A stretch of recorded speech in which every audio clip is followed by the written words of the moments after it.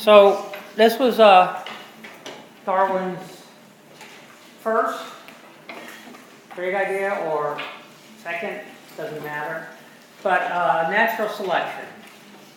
And if you've watched that video, you know that there's a lot of evidence for it. So obviously it's evidence from natural history, theoretical. That was Darwin theorized exactly how organisms actually changed over time. Not the individual organism, but the population. So individuals, it turns out, we don't change over time. We don't turn into something different than what we were born. And then experimental. So Darwin, remember he went on this voyage when he was a young man as a ship's naturalist. He was going to become a vicar, like a priest. So he wasn't really, he wasn't all that religious, but, you know, he was brought up that way. But then he started thinking about evolution. It was in the air. And he saw things like he collected fossils. He saw how the earth had changed. He saw the distribution of certain species in some areas and not in others. Like he first went to South America, and the species that were in South America were different than the ones that were went around in Asia. Okay? But when he got back, he also, it turns out he was landed gentry. He was rich, born into wealth. And so he decided not to become a vicar. He actually became more and more interested in biology and started writing about it. But he didn't publish his findings right away. But as a landed gentry, he did a lot of selective breeding. Specifically, he bred pigeons. These are all kinds of different kinds of pigeons.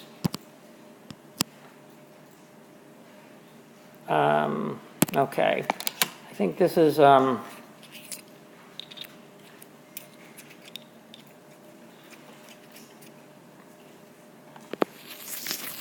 fantail. I think this is a pooter. There's all different kinds. There's even some that when they fly, they all of a sudden like have a stroke, but it's not a stroke. They fall unconscious and they tumble. And then as they're tumbling, then they finally wake up again. That was bred. That was the trait.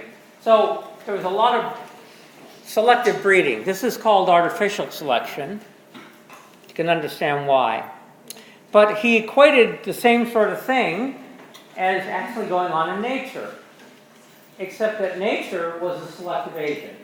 Whatever the environment was, the environment, obviously there's physics involved, the temperature, the amount of oxygen, humidity.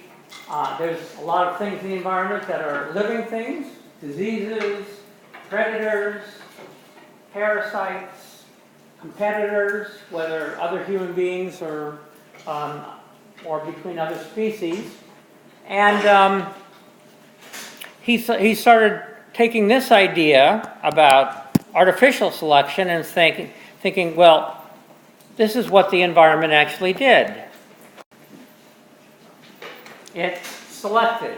Now, selection is kind of a bad, I think it's a unfortunate term, because it implies someone or something actually selecting some trait.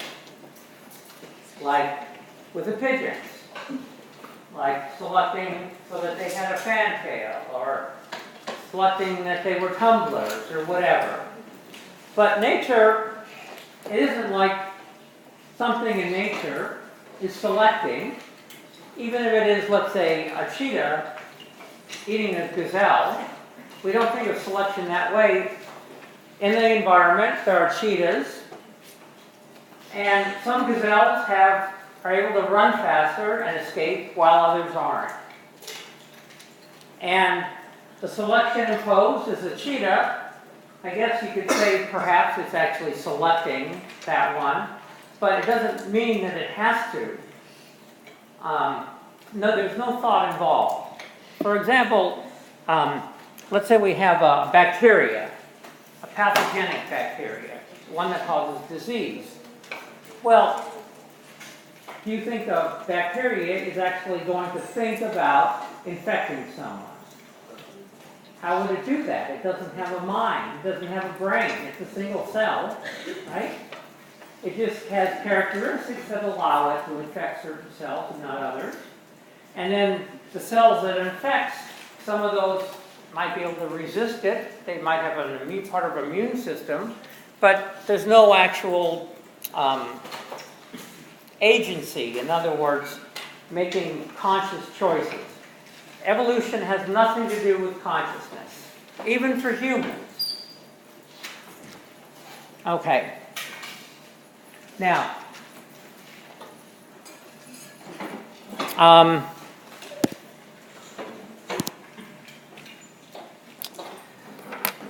so natural selection, it's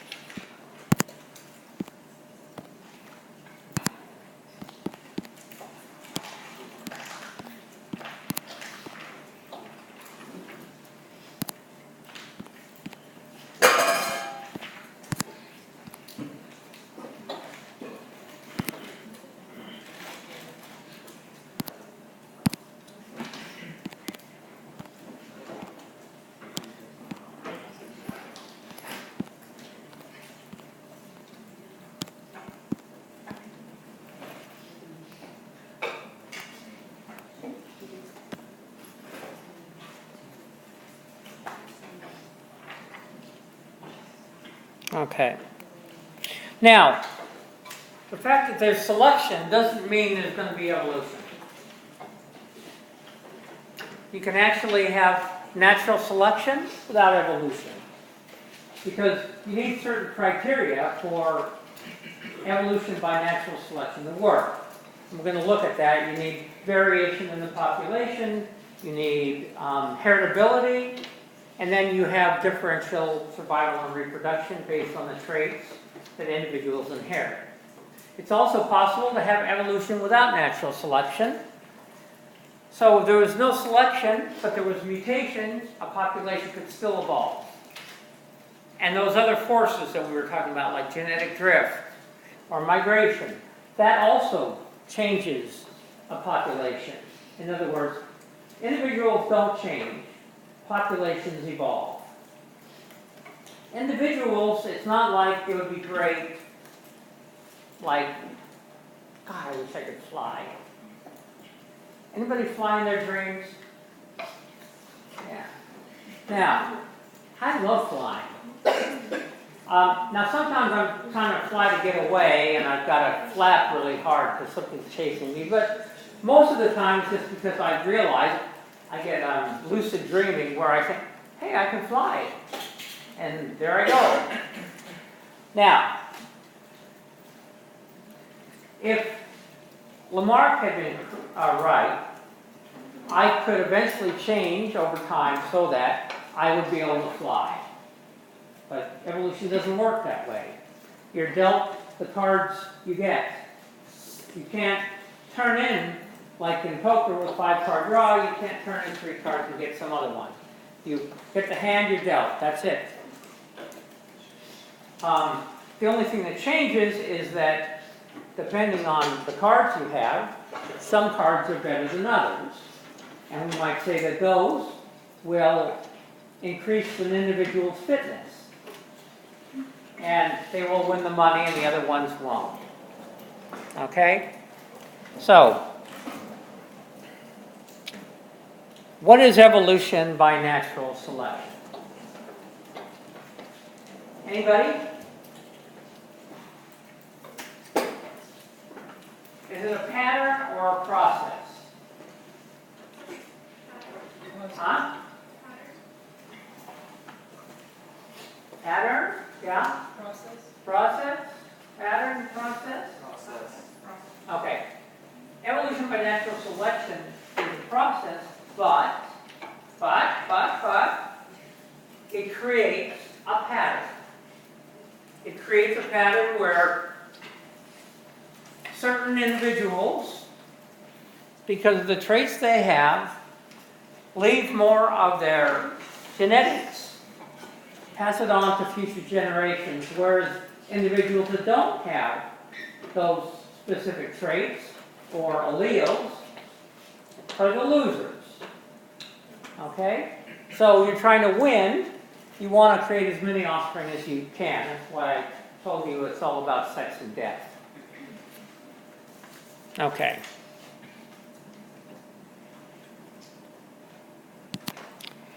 Oh yeah, another thing.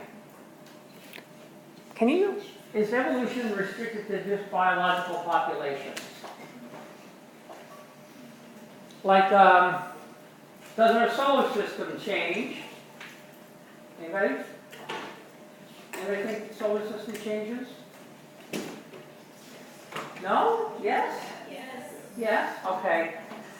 But, so we can say the solar system evolves, but does it evolve where it becomes better adapted solar system compared to some other solar system? No. There are traits about the solar system. In fact, now we've discovered a whole bunch of different solar systems around other stars. In the beginning, everybody, before we could do this, everybody thought that we had a theory of how solar systems form. And they thought, well, you probably end up then with rocky planets near the sun or the star, and then gas giants farther out.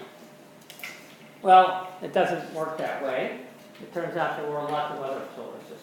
But anyway, solar systems do change over time, obviously. They develop into different classes of solar systems, but not because they're destined to, in a sense, because of the characters they have. Whereas organisms do.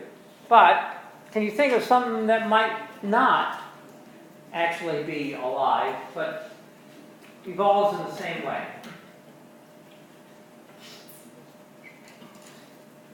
How about something that people make? Anything?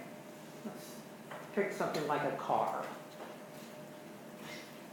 Have cars changed over time? Right?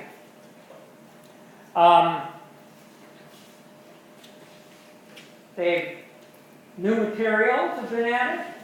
Now, of course, we've got engineers building cars, but in a sense, like the basic body plan of a car hasn't really changed. There's a cab for sitting in, there's 4 wheels, and there's some propulsion mechanism. But there's been a lot of modification of that overall plan over time. Do you think it's because of selection, or is it just random? What do you think? Huh? Yeah. Why do you buy a car, a specific car, compared to another one? Okay. It feels better. It makes you feel great, right? In this case, it's an example of probably sexual selection. The ladies like it. Plus, you can, perhaps if you have a really cool car, your buddies think, oh, he's cool. Will he let me drive my Lamborghini? Anyone? So, cars have traits that you might like. Some of those traits propagate more readily or reproduce more readily than others. One car I just mentioned was, let's say, a car that goes fast. You might buy a car because of that. What other characteristics might you buy a car? Anybody else? It's safer. Safer? Good. Comfort. Comfort? Gas Gas mileage. Okay. Now, and of course, these are all benefits or costs, because obviously going fast is going to have lower gas mileage, right? Well, so cars have actually, automobiles have evolved over time. And they're still evolving. So there's now electric cars, and there'll probably be many more in the future. Ideas also evolve over time. In fact, I'm giving you an idea about evolution right now, and it's propagating through the audience here. Some of you are going to retain it, some won't.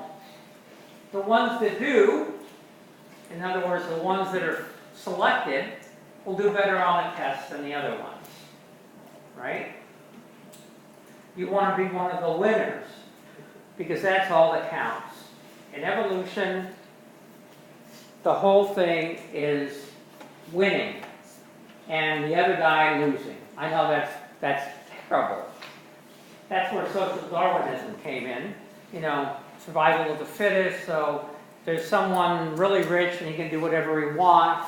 He leaves more offspring, whatever. But of course, humans now. Remember, we humans, we actually realize what we're doing, so we can decide to do that or not. So nowadays, a lot of people don't have as many offspring as they can. They have a few, and they put a lot of resources into those few. But back in the day, when there was a lot of infant mortality, someone might have 12 kids, but not very many of them actually survived to adulthood. Okay, so ideas or non-biological evolution, the unit is something called a meme. It's like a gene, but a meme is actually an idea or a piece of information that is actually inherited either from parents and children or across people in the same generation.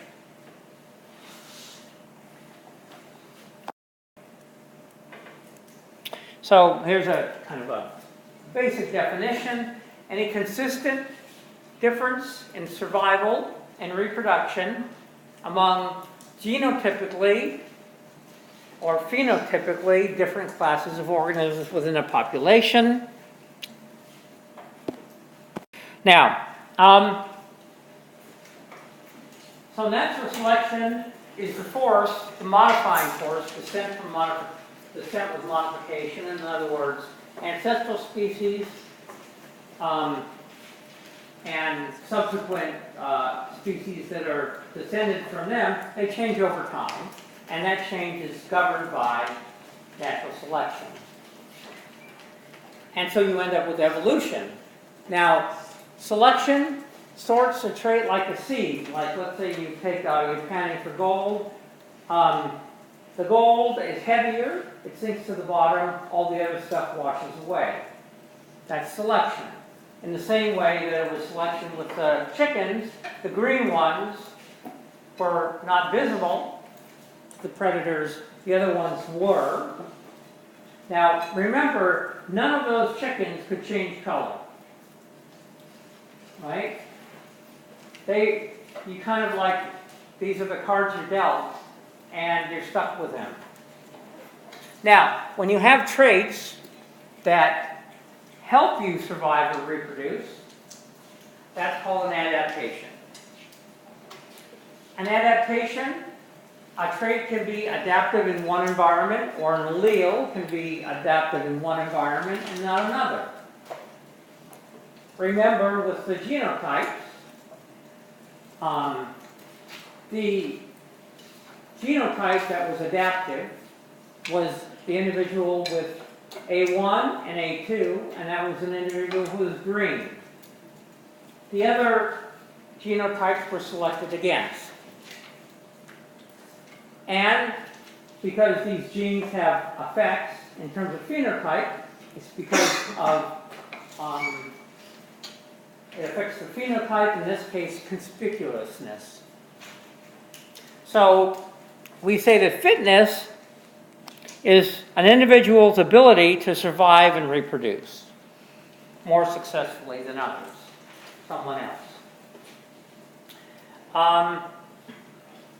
In other words, who's contributing more of their genes in terms of offspring to the future generations? Now, the thing is, living long does not necessarily mean you have the highest fitness. Are there any players in here? Anybody? Come on. There's someone in here who's a player. Okay.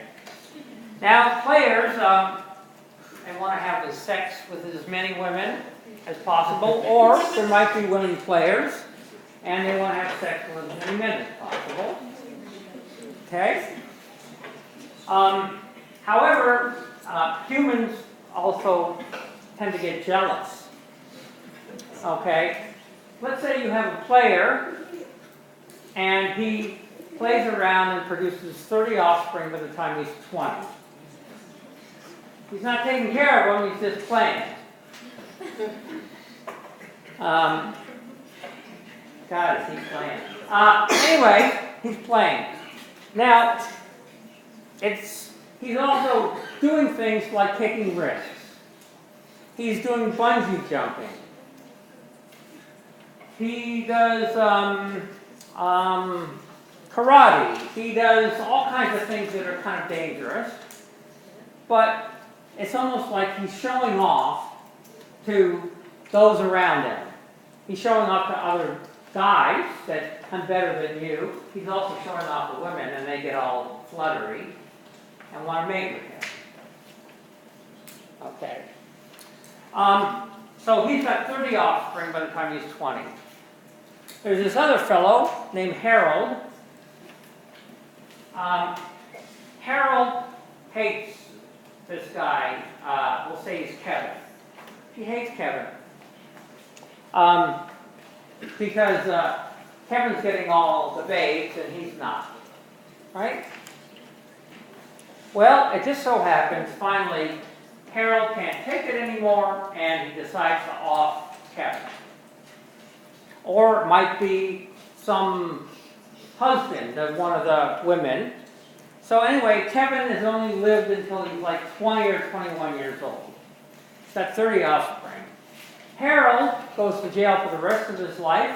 He lives until he's 70, but he has no offspring. Who has a higher fitness?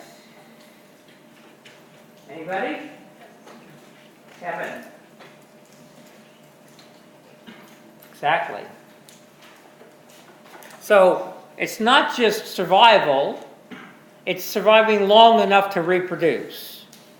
But the main thing is the offspring, the genetic contribution. Okay. So as I mentioned, natural selection, in this case we've got a bird eating beetles. Some beetles are green and some are brown. And the greens stand out more than the brown. So the environment, if this was a green background environment, it would be the other way around.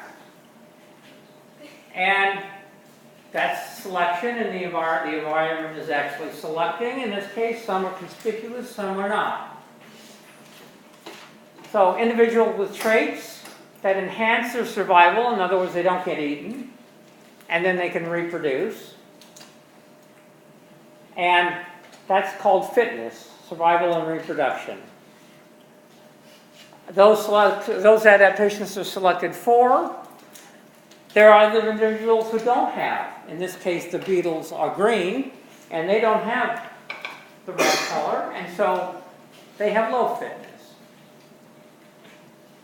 Individuals don't evolve. Only populations evolve based on who survives and then breeds and makes the next generation. So, populations are made up of individuals with different traits, phenotype, or genotypes, alleles. If one generation has a different frequency of a trait from the next, you say that that population has evolved. And if it's because of a trait that enhances survival and reproduction, it's then evolution by natural selection.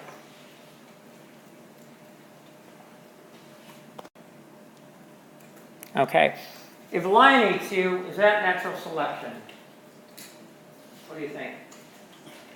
A lion eats you. If a lion eats a gazelle, is that natural selection? Yes. Then what's the difference between you and a gazelle? Do you think the lion would think, well, I like gazelle better, but if you came along, he might chomp you, right? Okay. What would happen? Would you leave any offspring after that? No. Okay. Evolution by natural selection. If you get the girl and I don't, is that selection? Yes. No? Why no? Forget about survival. Who's going to leave more offspring? The guy who gets the girl versus the guy who doesn't get the girl. He doesn't get anything, except he gets anxiety-ridden and envious and ends up in jail. Okay? Okay. So, that's selection on, it's called sexual selection. Selection on who mates, who gets to mate because of the qualities they have. If I bop you on the head and kill you, is that natural selection? What do you think? Are humans organisms? Are we alive? What's the difference?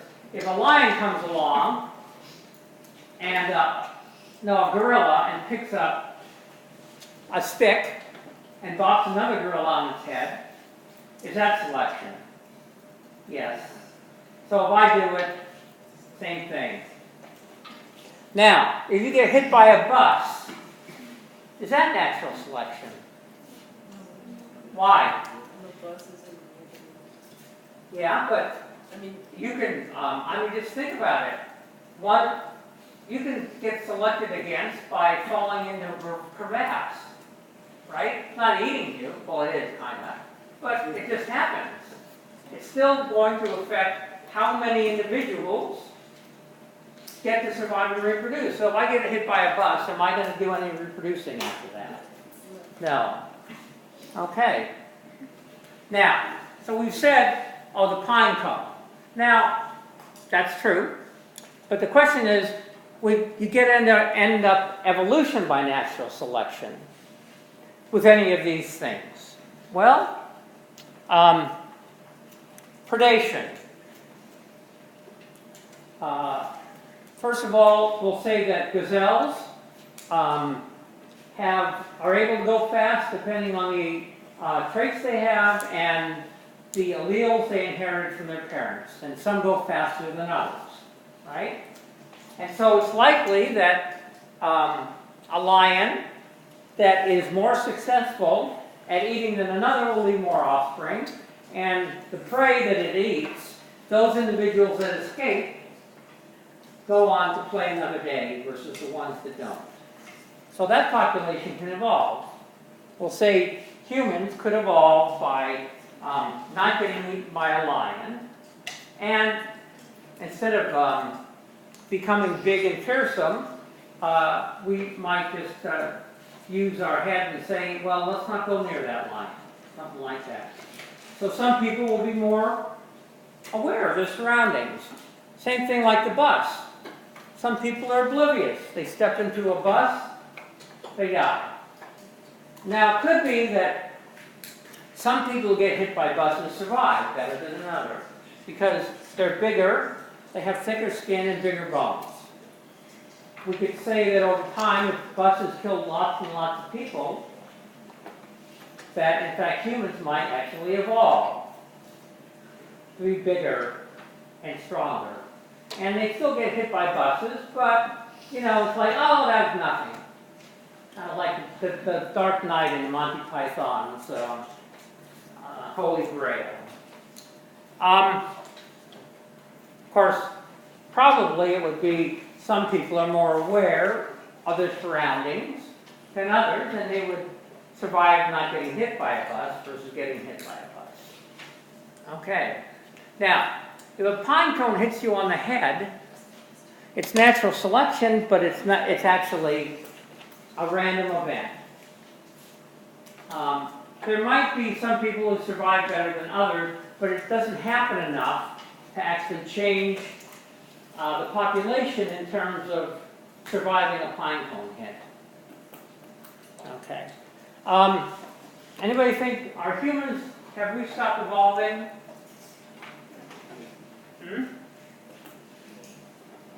What do you think? Do you think are we still evolving or have we stopped? I think we're going to evolve. Okay. Anybody think we've stopped evolving? Okay.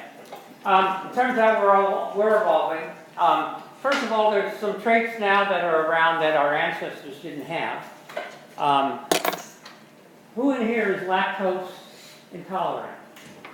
You're lactose tolerant, right? Okay. Who's intolerant? Okay.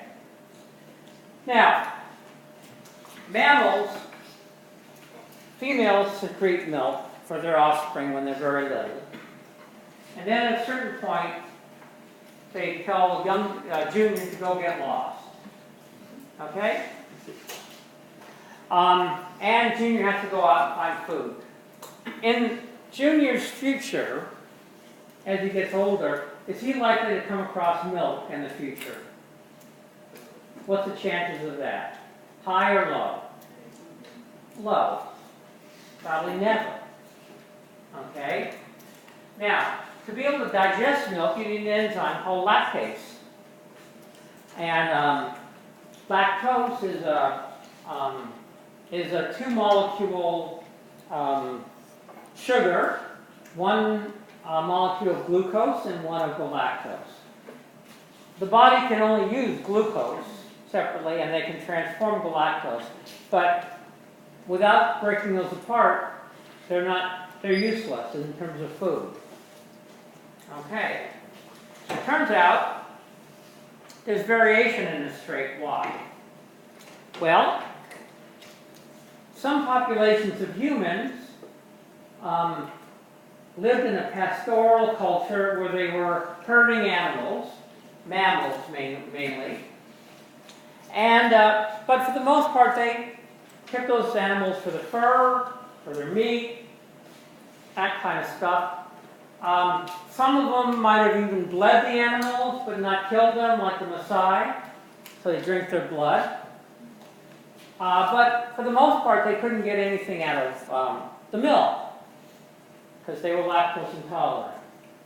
Well, a random mutation, that doesn't mean, oh, it'd be better if I could drink milk, so my offspring is going to be lactose tolerant. In other words, it's going to keep producing lactate so that an individual can digest milk. That kind of mutation is random, and that's exactly what happened. It was a random mutation not in the actual gene for lactase, but in the upstream gene that actually controls whether to turn lactase gene on or off. Okay? And those individuals who, let's say, inherited that gene, they suddenly had a food source that no one else did.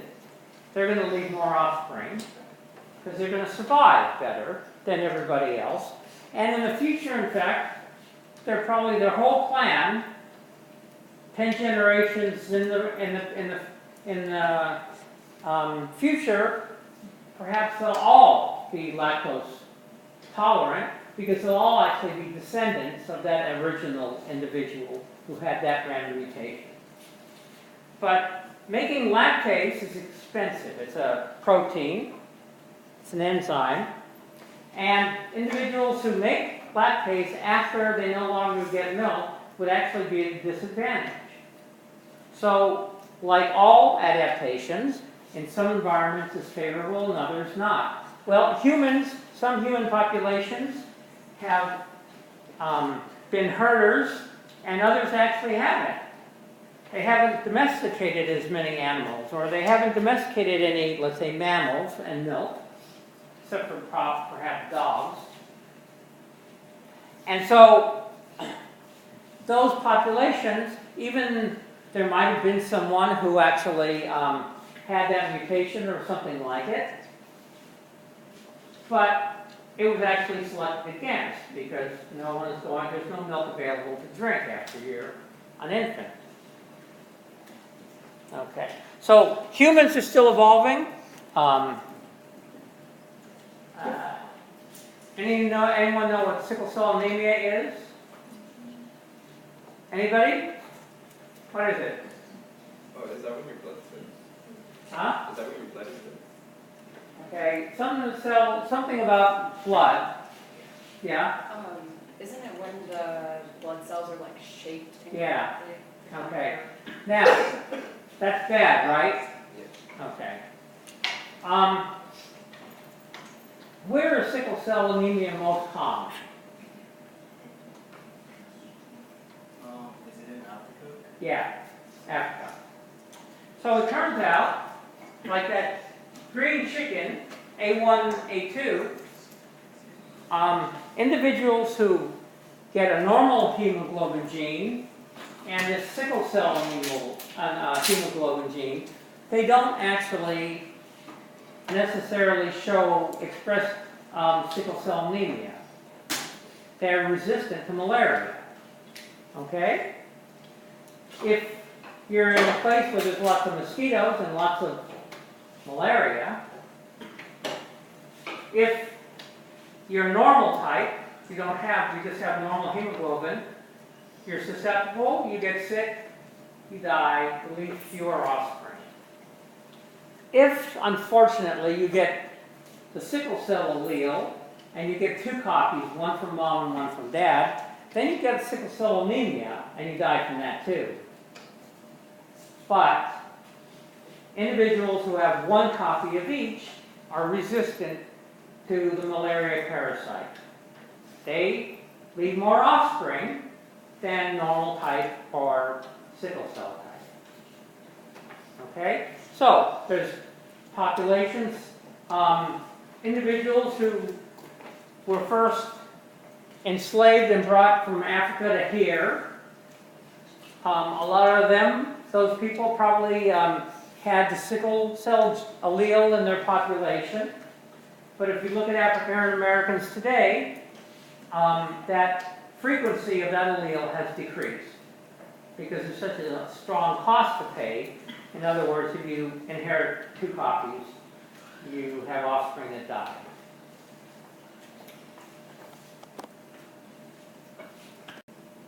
Okay. Now, for requirements for evolution by natural selection to actually occur, you need 3 things to happen. There has to be variation in the trait.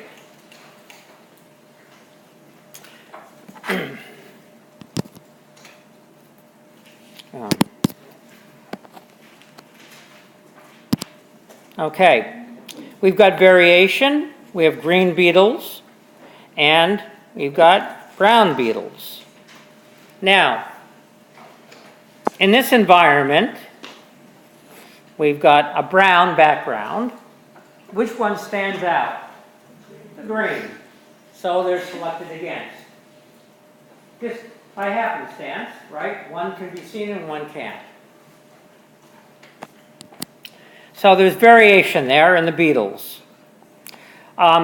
It turns out that variation is heritable. If that variation is not heritable, like you don't actually inherit that color from your parents, then there's no evolution by natural selection. If there's all the same color beetle, there's no evolution because there's no variation. And then finally, depending on the environment, in this case, brown background, and this bird that can see green better than brown, we now have differential survival and reproduction. And that will gradually transform that population. More browns will survive and reproduce and leave more brown offspring. And then eventually, the population will all be brown beetles. There will be strong selection, by the way, for the starling to start picking up brown beetles, too. Okay. So these are the things that... So here's a little scenario. There's chickens. Where's the variation? And what is the variation between and among the chickens? Anybody? Chicken with the green circle has a long neck. Okay.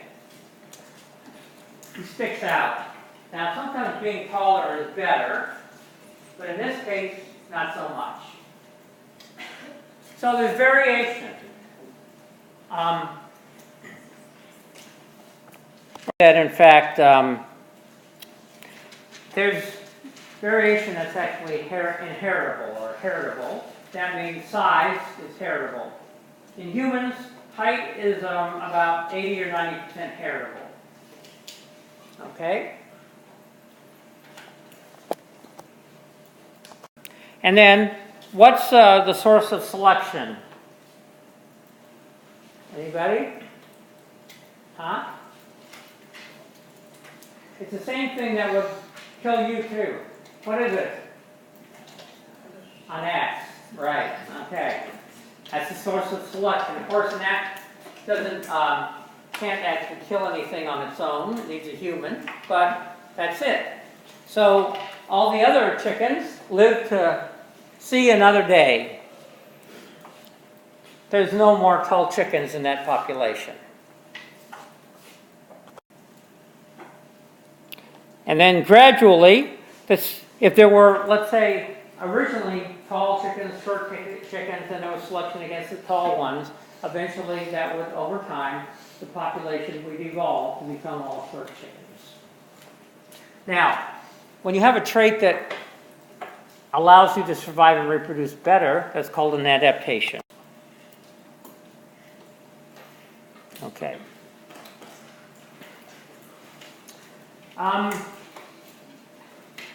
These are all examples of adaptations.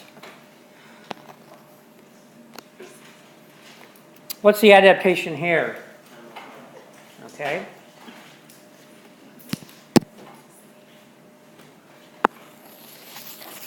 This is a viper.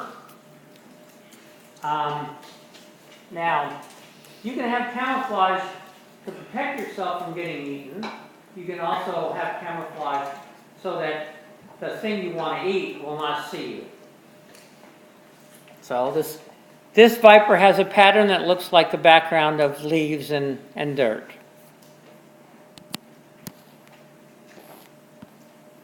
Polar bears, same sort of thing, but also white fur coat enables them actually, you would think, well, having a black fur coat, you'd probably get warmer that way, but it doesn't work that way. But they're a predator too.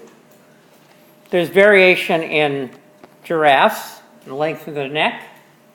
Those with a longer neck have an advantage. Let's say all these giraffes, we move them to the Midwest to a grassland. The tallest plant there is 3 feet tall.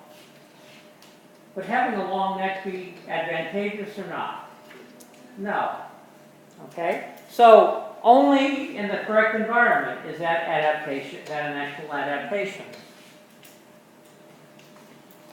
And then we have two different stick insects, same species, but different colors and different, because they live in different backgrounds.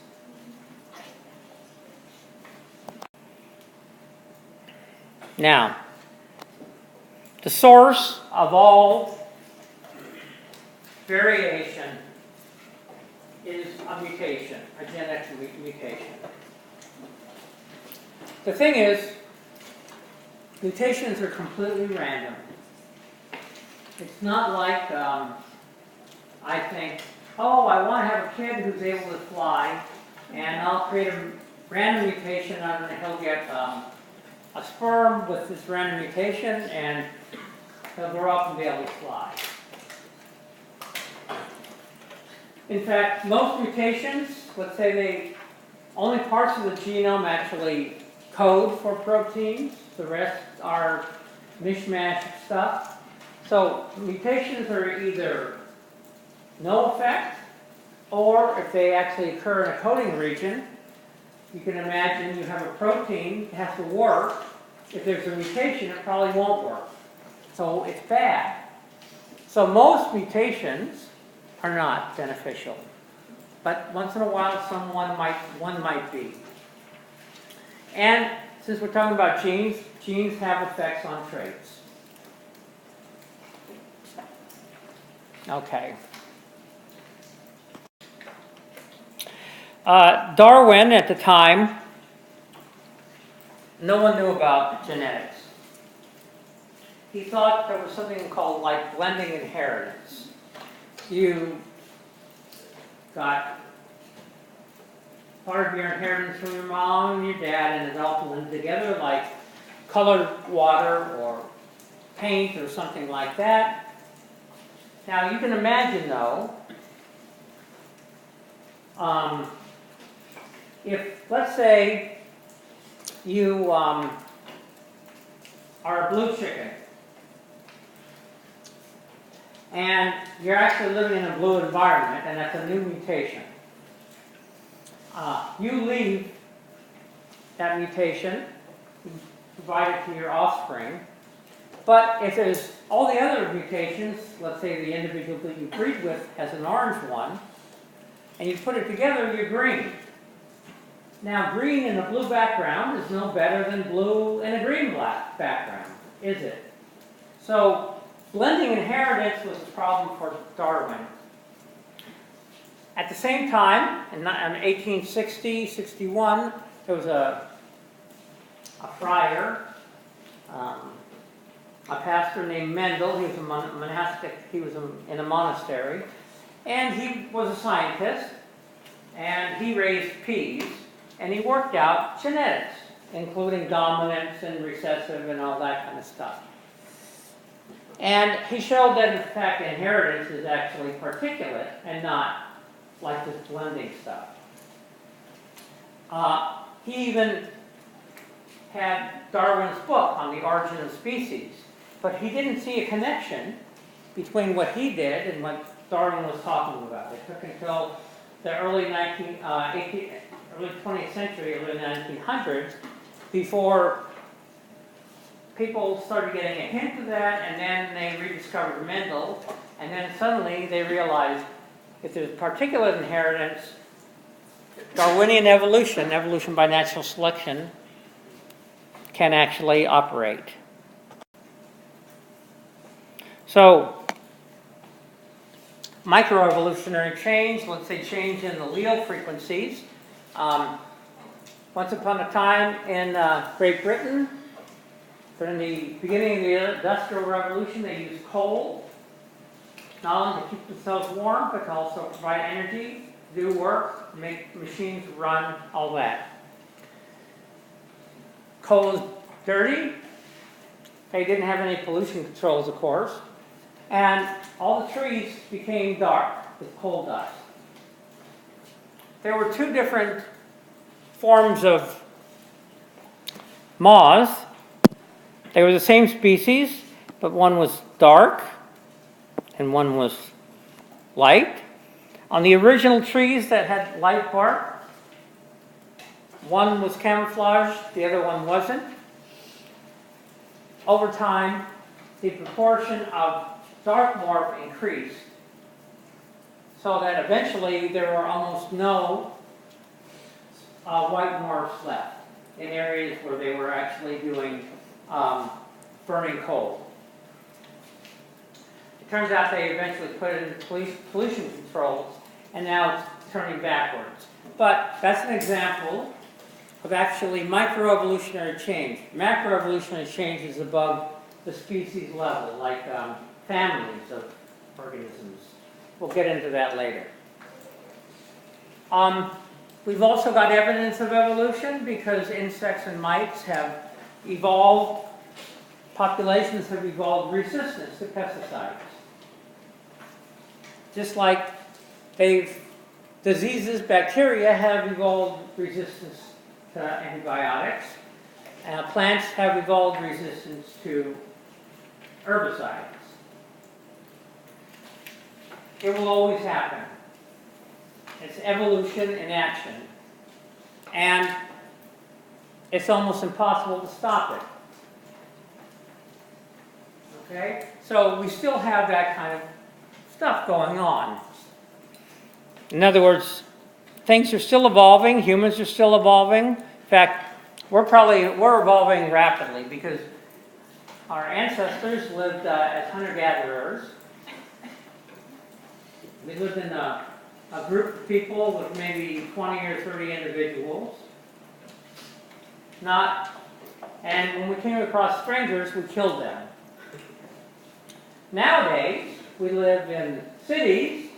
We come across hundreds, thousands of strangers. We don't kill all of them. Okay? Selective environment has really changed. Also, we don't die of certain diseases anymore because of antibiotics, right?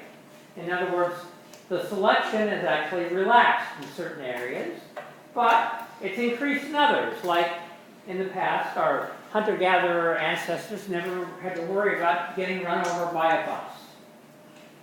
Now, we do. Okay. So here's antibiotic resistance in action. We've got these microbes. They're all white. Forget about the color. It's what they are. Over time, these bacteria reproduce, not by sex, but by fission. But there's still mutations coming along, and in fact, there's an individual has a blue and something else about it, and one has a red. And then they reproduce too, another generation. And now there's 2 blue and 2 red, and there's even a yellow, and still lots of whites. Now, right here, we've changed the selective environment. What have we done? We've added an antibiotic. An antibiotic kills bacteria. It turns out all the white ones die, all the blue ones die, yellow one dies, the only thing that's left over are the red ones. There was a mutation that allowed it to actually survive the presence of antibiotics. That means the environment, we've changed it from no antibiotics to antibiotics. There are always mutations happening.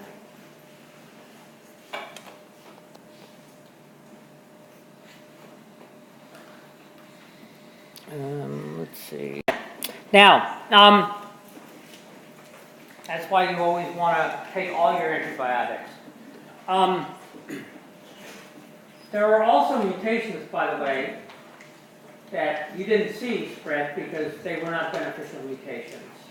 But these mutations didn't happen because the E. coli needed them. They just happened randomly. Those individuals that got the random mutation they reproduced more than the other ones. So, what's the hypothesis that they're testing here?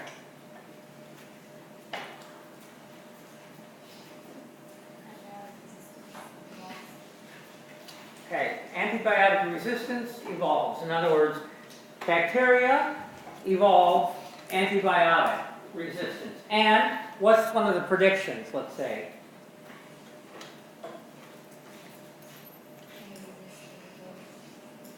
In terms of individual bacteria, which ones are going to survive? Are resistant, right. So we're testing the prediction that bacteria develop antibiotic resistance, and those individuals, when they're faced with antibiotics, that have a mutation that allows them to survive, will proliferate. And then we actually test that prediction.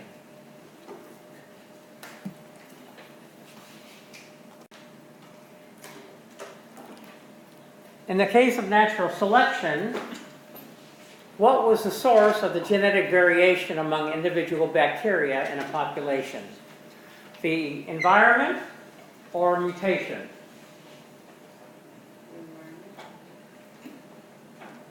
No. Environment doesn't cause anything to happen.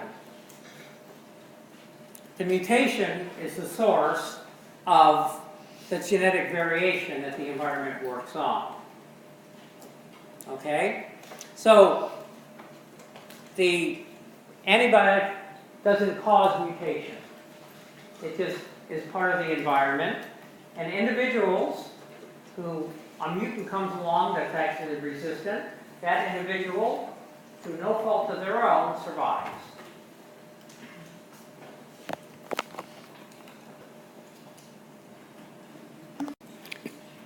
Okay, this is the industrial melanism again, but one thing I want to show is that there's variation in the peppered moths.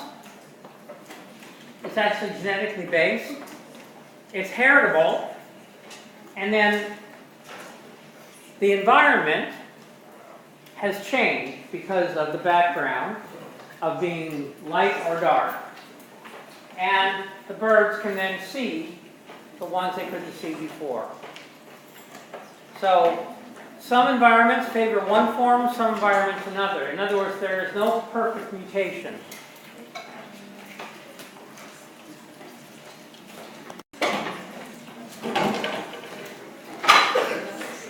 Okay, that's it. I'll open up more of those things for homework. But like I mentioned, you'll get all of those automatically right for the first week.